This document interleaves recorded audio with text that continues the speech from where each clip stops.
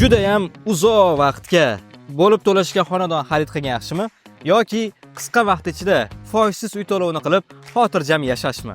Menimcha ikkinchi variant yaxshi bo'lsa kerak. Shuning uchun 6 yillik tajribaga ega Better West'ning Yashnobodda joylashgan Almastavr majmuasidagi uylarni taklif qilaman. Bosh to'lovlar atiga 5%, bo'lib to'lash esa 48 oygacha. Bo'ldi. Bizda narxlar davlat sir emas-ku. Aka, bizga uylarni boshlang'ich to'lovini hisoblab bering. Yaxshi. Bir xona 27 kvadrat metrlik uylar bosh to'lovi $1360 boshlanadi. 2 xonali 52 metr kvadratlik uylar bosh to'lovi esa $2752 boshlanadi. 3 xonali 66 kvadrat metrlik uylar bosh to'lovi esa $3500 bo'ladi. Qancha bosh to'lovga ko'proq to'lasa, oylik to'lov ham shuncha qisqarib boraveradi. To'g'ri. O'z uy olishni reja qilib yurgan bo'lsangiz, qancha mo'ljallingiz bor edi?